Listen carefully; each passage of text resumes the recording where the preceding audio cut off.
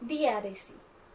After an invocation to the muse of poetry, the epic begins in medias res, or in the middle of things. Odysseus has been gone from Ithaca for about 20 years. The first 10 spent fighting the Trojan War, the last 10 trying to get home.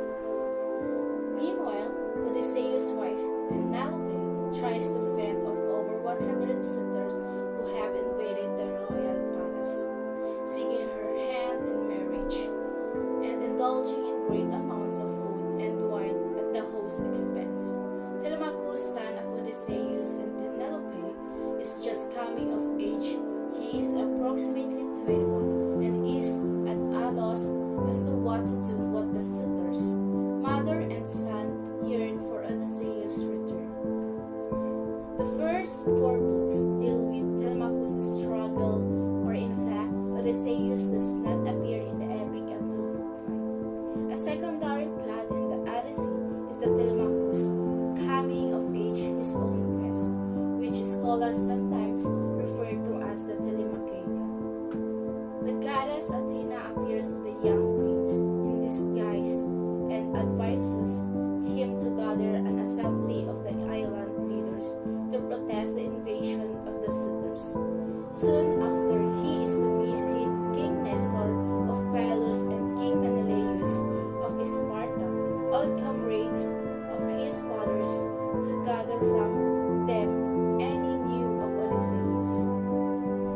At the assembly, the two leading suitors, the aggressive Athanos and the smooth-talking Eurymachus, confront the prince. They accuse Penelope of delaying too long in her choice of a new husband. Telemachus speaks well but accomplishes little at the assembly because the suitors are from some of the strongest families in the area and they impatient with Penelope's delays. As Telemachus secretly sets off 4 Pylos in Sparta, the suitors plot to assassinate him.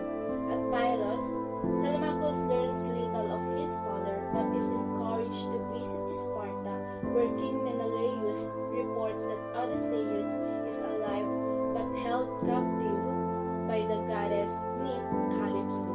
Homer leaves the story of Telemachus as the suitors are about to ambush his ship to return to Ithaca. At Athena's urging, the gods have decided to free Odysseus from Calypso. Hermes, the messenger god, delivers the order to Odysseus' captor. Odysseus has spent 7 years with the goddess, sleeping with her at night and pining for his home and family during the day. Calypso is a beautiful, lustful nymph who wants to marry Odysseus and grant him immortality, but he longs for Penelope and Ithaca. Reluctantly, Calypso sends Odysseus in his way. Poseidon, the sea god, spots the wayfarer and, seeking revenge because Odysseus blinded Poseidon's son Cyclops, shipwrecks Odysseus on Phaeacia, which is ruled by King Alcinous. The Phaeacians, civilized and hospitable people, welcome the stranger and encourage him to tell of his adventures. Through Odysseus' narration, the reader goes back 10 years and hears in his tale.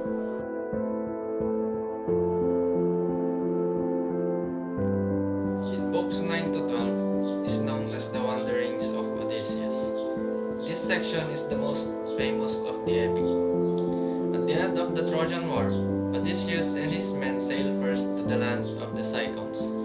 The Greeks succeeded in raiding the central city, but lingered too long and are routed by a reserve force.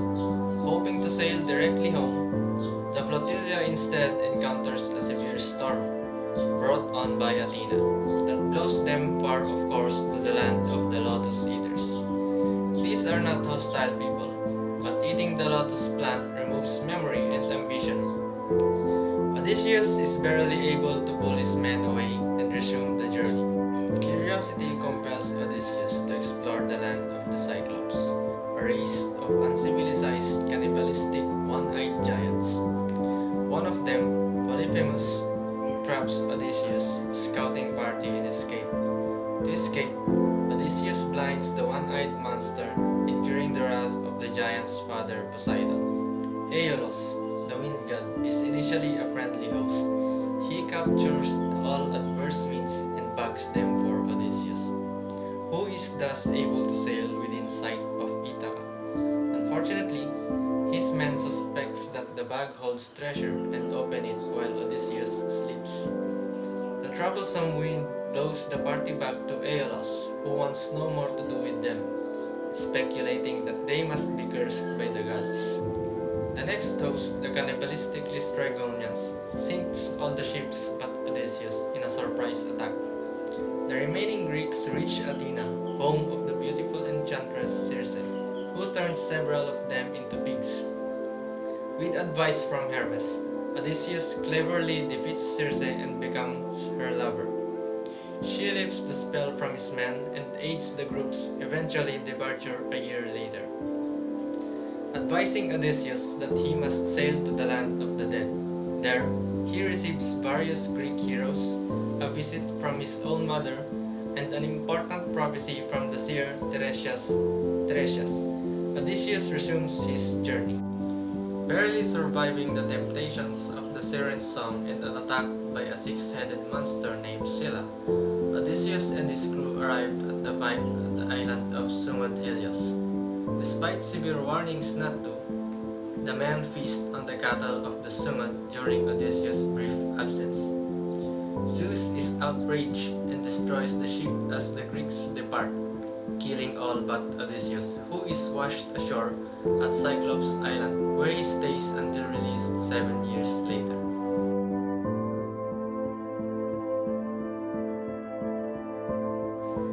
In books 13 to 24, the story of his adventures is finished. Odysseus receives the admiration and the gifts of the Phaeacians, who follow their tradition of returning wayfarer strangers to their homelands by sailing him to Ithaca. Meanwhile, Athena helps Temaculus avoid the suitors' ambush and arranges for him to meet his father at their pig farm not far from the palace. Reunited with his son and with the assistance of Athena and his faithful swineherd Eumaeus, Odysseus returned to his home palace disguised as a beggar. For the time, he resists striking back at the suitors who insulted and assaulted him.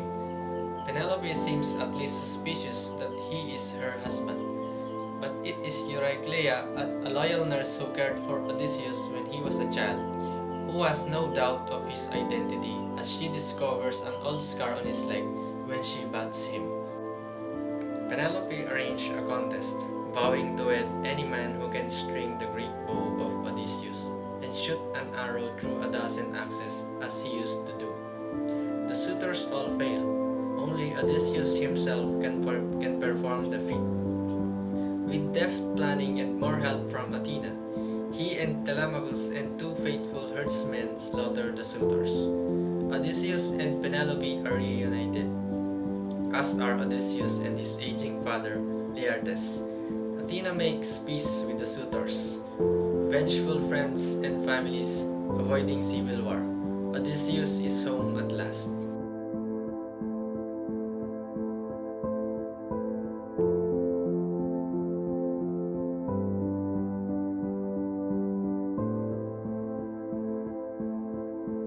Odysseus was best known for his wit and cunning. During the Trojan War, and this earned him the name of a hero, a mortal who possessed godlike powers or traits. In Homer's Odyssey, Odysseus is rather arrogant and self-centered, but he is the one leading his army along and taking charge.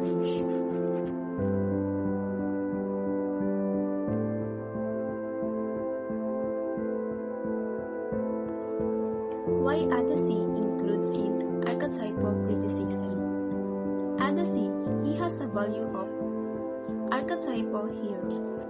The archetypal hero is one who is seen as a leader and often has a trait which defines them above